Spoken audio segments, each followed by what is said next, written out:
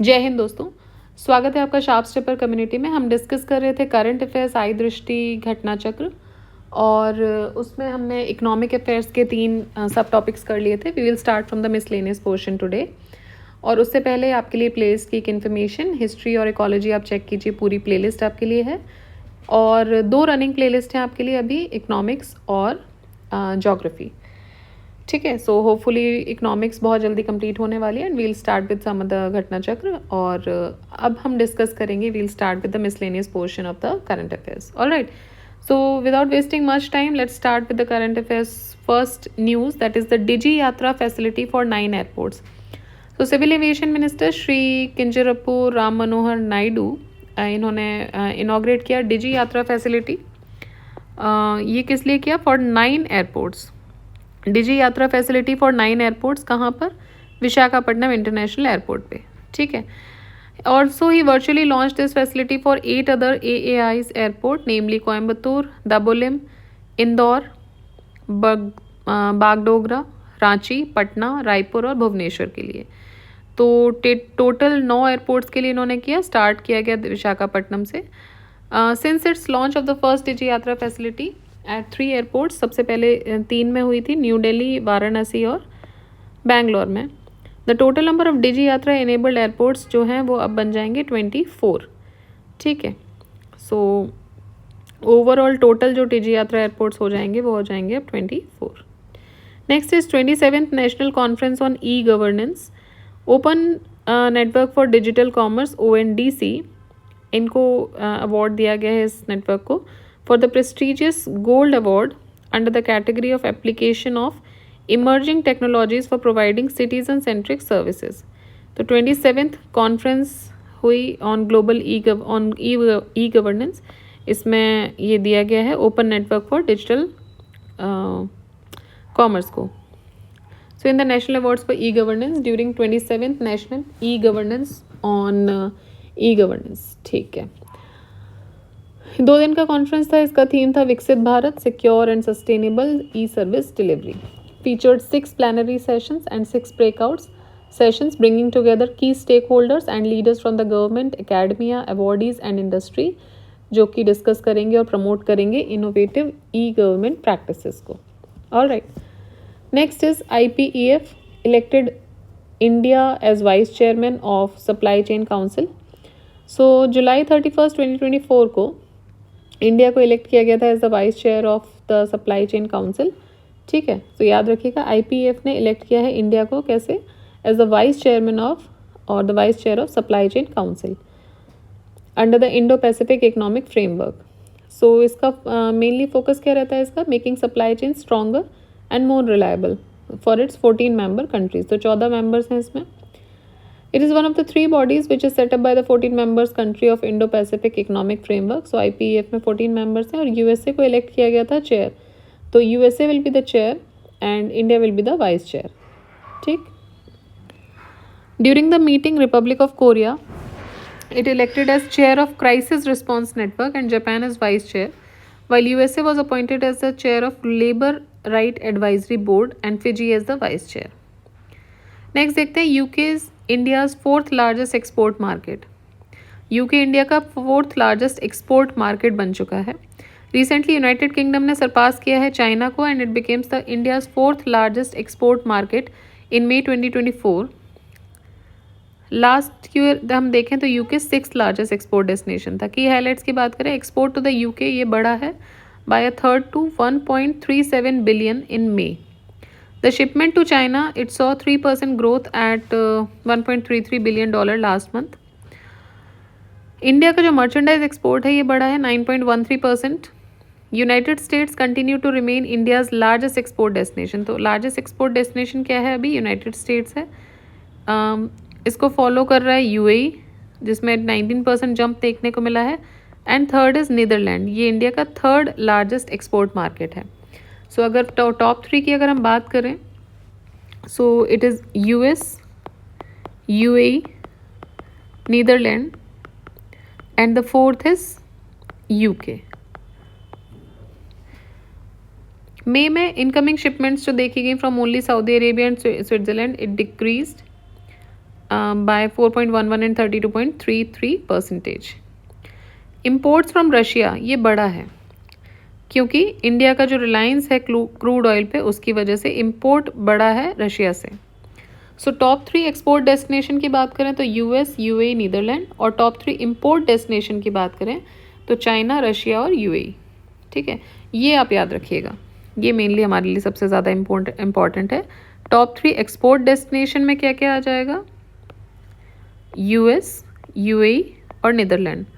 और top 3 export destination में क्या, इम्पोर्ट डेस्टिनेशन में क्या आ जाएगा? जहाँ से हम इम्पोर्ट सबसे ज़्यादा कर रहे हैं, आयात कर रहे हैं, चाइना, रशिया, यूएई. ठीक है, तो आयात सबसे ज़्यादा चाइना से कर रहे हैं और निर्यात सबसे ज़्यादा यूएस को कर रहे हैं. US, UAE, Netherlands export, China, Russia, UAE import. 2-3 बार पढ़िएगा, याद हो जाएगा, बट इम्पॉर्टेंट है. India's largest trading partner in 2024. So global trading research initiative के डेटा के हिसाब से चाइना जो है, it has emerged as the India's largest trading partner in physical year 23-24. The two way trade between India and China, ये देखने को मिला. It is a stunning 118.4 billion and it's slightly surpassing the 118.3 billion.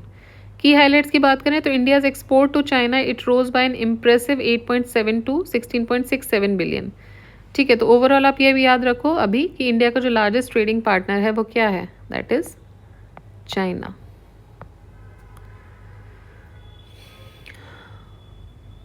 Import भी increase हुआ है. Then India का जो export है यूएस को, वो उसमें कमी आई है, वाइल इंपोर्ट जो यूएसए से है उसमें भी डिक्लाइन देखने को मिला है. And despite the drop in exports, India का जो ट्रेड सरप्लस है वो यूएस के साथ एक्सपेंड हुआ है. चाइना के अलावा यूएस और UAE, they are also the India's third largest trading partner in total trade जो है 83.6 बिलियन का उसमें. So top trading partners India के देखें तो सबसे ज़्यादा है China first number, second USA, third is UAE, fifth Russia, six Saudi, six Singapore, fifth Saudi. Basically आप 3 याद रखिए, चाइना, यूएसए और यूएई. ठीक है. Next, world poverty clock. So recently data release किया गया वर्ल्ड पॉवर्टी क्लॉक से. इसमें बोला गया है कि India has managed to bring down extreme poverty below 3% of its population. और ये मोस्ट सिग्निफिकेंट डेवलपमेंट देखने को मिला है जब हम SDG 1 के साथ इसको कंपेयर करते हैं, that is the eradicating poverty. देखिए SDG तो टोटल 5 SDGs जो शुरू किए हैं वो तो आपको याद रखने ही हैं. ठीक है, तो वो ध्यान रखिए क्योंकि उससे बहुत सारी चीज़ें आप उस पर अप्लाई कर सकते हैं, बहुत सारी जगह पे आप अप्लाई कर सकते हो. खासकर मेंस में जब आप लिख रहे हो तो आप उनको ह्यूमन जोग्राफी की अगर आप बात करो, इकोनॉमिक्स के कंसर्न में आप बात करो, पॉलिटिकल कंसर्न्स में आप बात करो, आप कहीं पे भी ये इनपुट आप दे सकते हैं. और ये इनपुट आपको कहीं ना कहीं आधा नंबर ज़्यादा देखे जाते हैं. ठीक है, सो ध्यान दीजिएगा. ये जो SDGs हैं, पहली बात तो आपको सारे ही पता होने चाहिए, हमने डिस्कस भी किए थे पहले. और जो टॉप 5 SDGs हैं उनका तो आप कहीं पे भी इनको ट्रैप में डाल सकते हैं. ऑलराइट, सो की हाईलाइट्स देखें तो clock has taken a daily income limit of $2.15 to define extreme poverty. So इसमें डेली इनकम लिमिट बताई है $2.15. The $2.15 a day poverty line known as extreme poverty line, ये रिफ्लेक्ट करता है the value of national poverty line in some of the poorest countries. Latest data के हिसाब से the clock showed that approximately 3.44 crore of population जो कि extreme poverty में रह रही है एज अगेंस्ट द 4.69. तो मतलब इससे इस पर गया है. As percentage of total population, जो नंबर है लोगों का that is living in extreme poverty, it has come down from 3.3 in 2022 to 2.4. So 2024 में 2.4% पे आ गया. वर्ल्ड पॉवर्टी क्लॉक की बात करें तो ये रियल टाइम पॉवर्टी फोरकास्ट देता है until 2030 for almost every country in the world. World data lab इसको फंड कर रहा है IFED, international fund for agricultural development, साथ ही साथ the federal ministry for economic cooperation and development of Germany.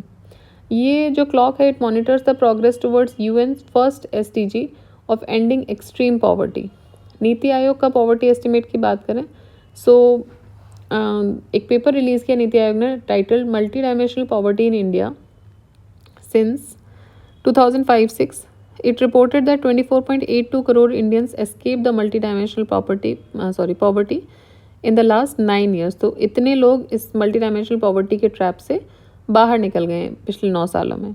According to the discussion paper, India ने significant decline register किया है multi dimensional poverty में। 29.17 थी ये 2013-14 में, और 11.28 रह गई है 2022-23 में। Next is Vizhinjam port, India's first transshipment port.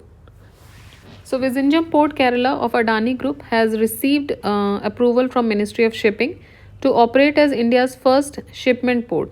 ठीक है, इंपॉर्टेंट हो जाता है क्योंकि इंडिया का पहला शिपमेंट पोर्ट है, तो याद रखिएगा कौन सा है, विजिंजम पोर्ट, और ये कहाँ पर है, केरला में। किसका है, अडानी ग्रुप का है। So they has received the approval from the ministry of shipping to operate as India's first transshipment port. जुलाई 2024 में it received its first mothership MV San Fernando. तो अभी आप ये याद रखो, विजिंजम पोर्ट जो है, आई थिंक इसको विजिंजम ही बोलते हैं, तो ये केरला में है और ये पहला ट्रांसशिपमेंट पोर्ट बन गया है इंडिया का। ठीक है, it will operate as India's first transshipment port.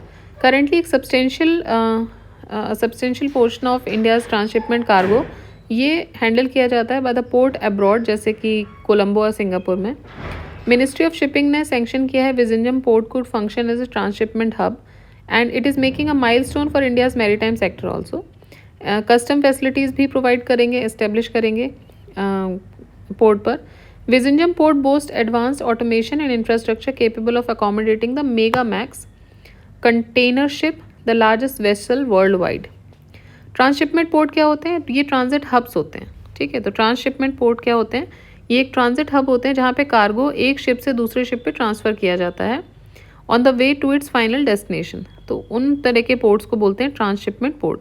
सो ये इंपॉर्टेंट होता है, ये पूछा जा सकता है, what are transshipment ports. So they are the transit hubs जहाँ से कार्गो को एक शिप से दूसरे शिप पे ट्रांसफ़र किया जाता है on the way of its final destination.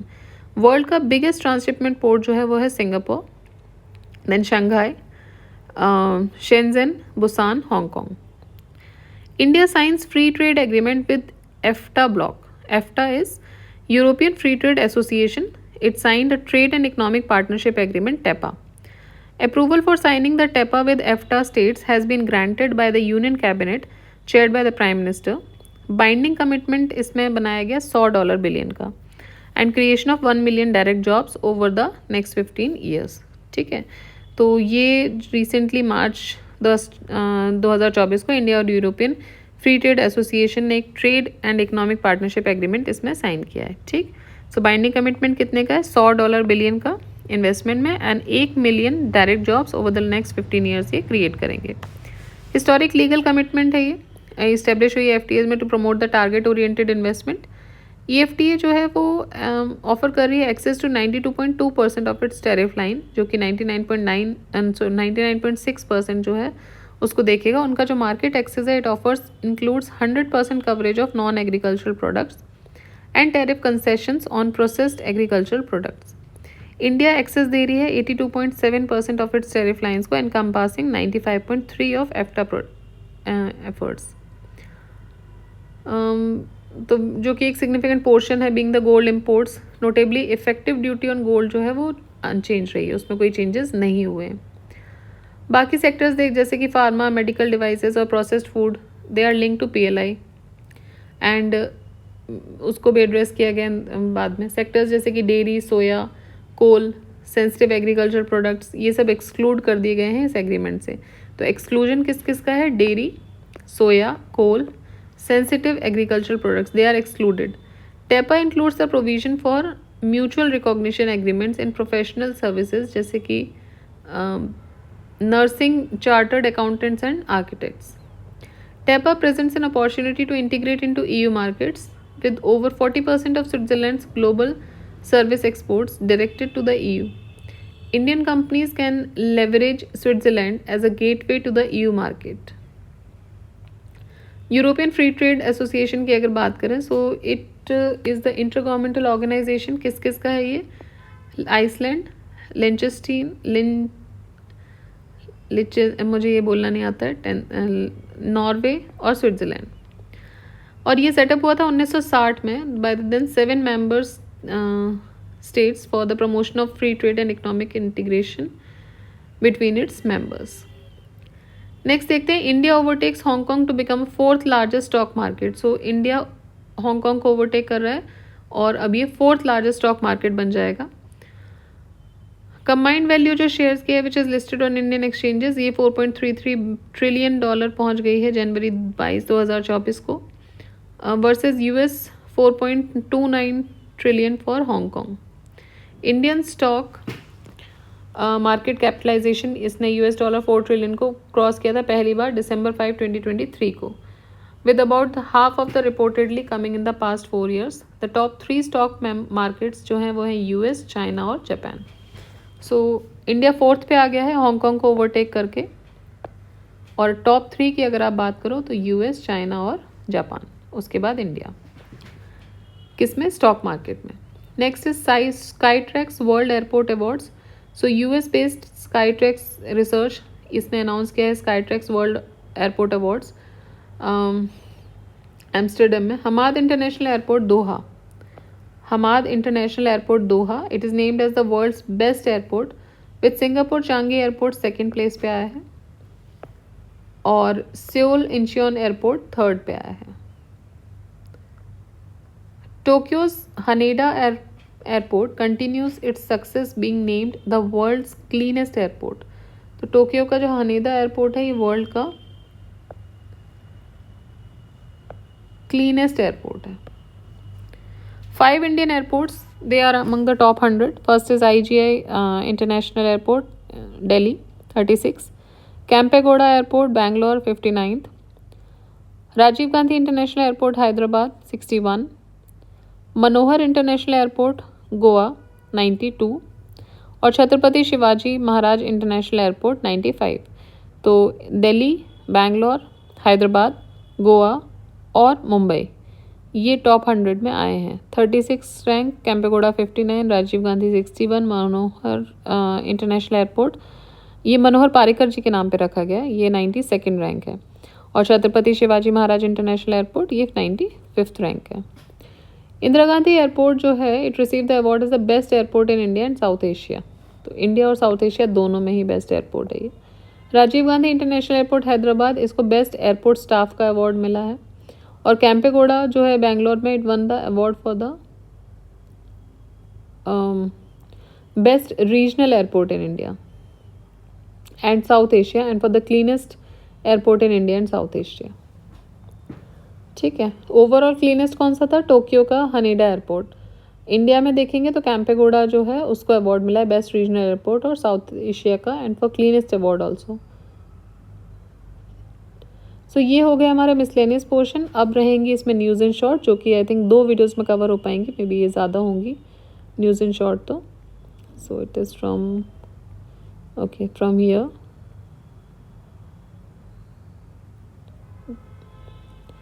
ठीक है। तो इसमें भी around 101, 102 I think they will take 2 videos and union budget भी इसमें की पॉइंट्स में डिस्कस किया हुआ है। So we will have a look at the budget also. Okay, so it is going much far. ठीक है, और उसके बाद फिर साइंस टेक आएगा। ओके, तो अभी 2-3 वीडियोज़ में ये लगेगा इसको कंप्लीट होने में और उसके बाद हम साइंस टेक स्टार्ट करेंगे। ठीक है, so let's come back to the position where we were.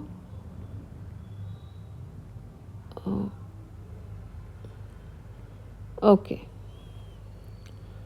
so this is news in short.